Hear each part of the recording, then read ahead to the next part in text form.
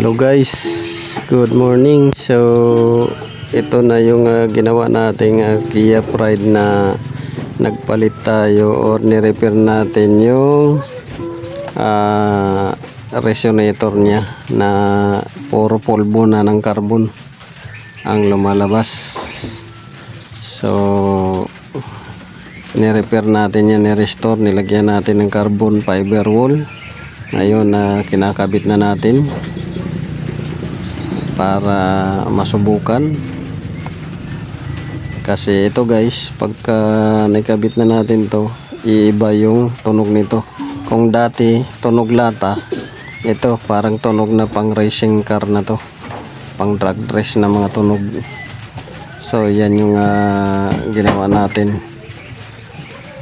yan. So kakabit na natin yan at check na natin yung tunog. At ito guys, maraming beses na ako gumawa ng nito sa mga iba-ibang sasakyan para humina yung usok, yung itim na usok. Pangalawa, para walang lalabas na carbon fiber, yung tawag carbon na powder, yung mga sunog na fiber wall. Kasi ito guys, ang resonator or muffler ay ang lifespan lang niya guys ay yung 2 to 3 years lang yung lifespan niya. So yung iba, nag-iiba ang tunog, nagiging tunog lata dahil wala nang laman at minsan mausok na. So hindi lahat ng mausok na kondisyon ng makina ay nanggaling sa makina, minsan dito sa resonator at muffler.